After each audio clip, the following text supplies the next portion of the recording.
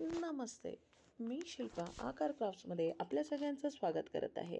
आज आम्ही घेऊन आलो आहे बॉर्डर रांगोळीमध्ये अजून एक बॉर्डर रांगोळी डिझाईन.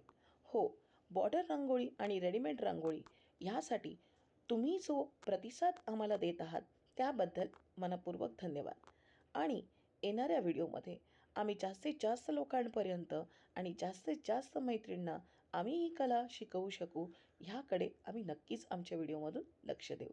आता इथे ही डिझाईन कुठून मिळाली आणि हे फ्लावर डिझाईन मी कुठून घेतलं आहे. आमच्या घरात खूप छान अशी बेडशीट आहे आणि त्या बेडशीटवर खूप छान फ्लावर आहे जे मला खूप दिवसापासून करायची इच्छा होती आणि तो व्हिडिओ त्याचवर आहे.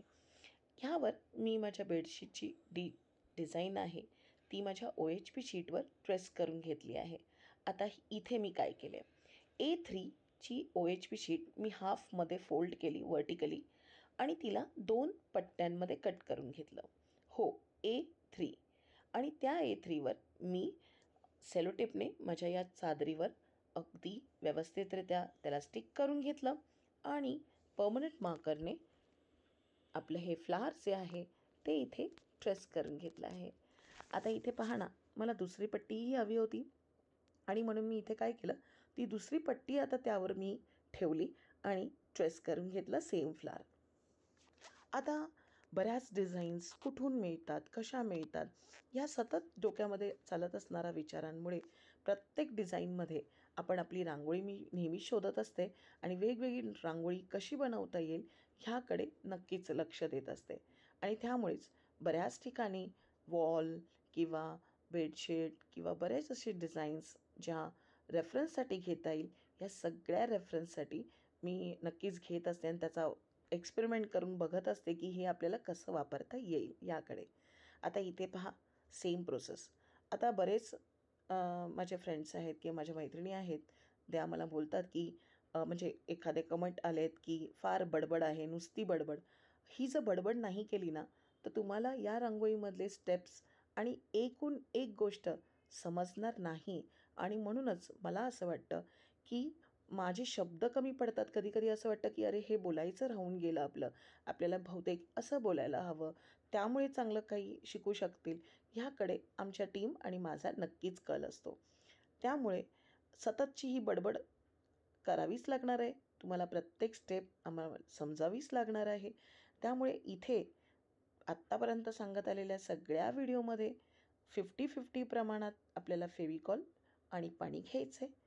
ते व्यवस्थित मिक्स करायचं. आपल्या रांगोळी आपल्या फुलावर ते राऊंड ब्रशने लावायचं. त्यावर आपली रांगोळी, हो, कोणती रांगोळी, नेहमीचीच मार्केटमध्ये अगदी इझिली अवेलेबल अशी ही रांगोळी लावायची. पेपरने त्यावर थोडंसं दाब द्यायचा, झटकून काढायची म्हणजे न चिकटलेली रांगोळी निघून बाहेर येईल. 15-20 मिनटं थांबायचं, सुकून घ्यायचा पहिला लेअर, तसाच दुसरा लेअर मारायचा. दुसरा लेअर मारताना फेविकॉल मात्र हळूहळू लावायचा आणि व्हाईट ॲक्रेलिक कलरने बॉर्डर करायची. स्टेप सेम तशीच्या तशी, फक्त डिझाईन वेगळ्या वेगळ्या घेतो आहे, पद्धत वेगळी वेगळी घेतो आहे आणि याचा वापरही आपण वेगवेगळ्या पद्धतीने करणार आहोत बरं का. उंबरट्यावर, देवाच्या समोर, अंगणामध्ये आणि अशा बऱ्याच ठिकाणी जिथे तुम्हाला अशी फुलं लावून ठेवायची असतात अशा ठिकाणी तुम्ही याचा नक्कीच वापर करू शकता. पहिल्यांदा तर मला बॉर्डर रांगोळीच काढायची होती, म्हणजे ही बॉर्डर रांगोळीच आहे. पण नंतर माझ्या डोक्यात असा विचार आला की आपण या प्रत्येक फुलाला वेगवेगळं करूया आणि म्हणून मी इथे त्याला पट्टीपासून वेगळं केलं आणि ही फुलं काहीशी अशी दिसत आहेत ना, फार सुंदर दिसणारी फुलं. आणि उंबरठ्यावर आपण अशी वेगवेगळी मांडू शकतो. 2 फुलांच्या मध्ये आपण एखादा दिवा लावू शकतो किंवा 2 फुलांच्या मध्ये आपण एखादे डॉट्स टाकू शकतो. 2 फुलांना आपण एखादी वेलीने जोडू शकतो. म्हणजे बऱ्याच साऱ्या क्रिएटिव्हिटी करता येतात हो. फक्त आपल्याला त्यासाठी वेळ काढावा लागेल, काहीतरी बनवून बघावं लागेल आणि प्रत्येक स्टेप फॉलो करून अशी काहीतरी रेडीमेड रांगोळी बनवायची जी तुम्ही वारंवार आणि भरपूर वेळा वापरू शकता. तुम्हाला आमचा हा व्हिडिओ कसा वाटला आम्हाला कमेंट बॉक्समधून नक्की कळवा. आणि हो, व्हिडिओ आवडला असेल लाईक, शेअर आणि सबस्क्राईब जरूर करा. कारण तुमचं एक सबस्क्रिप्शन आम्हाला असेच नवीन नवीन व्हिडिओ बनवण्यासाठी मोटिवेट करू शकतं.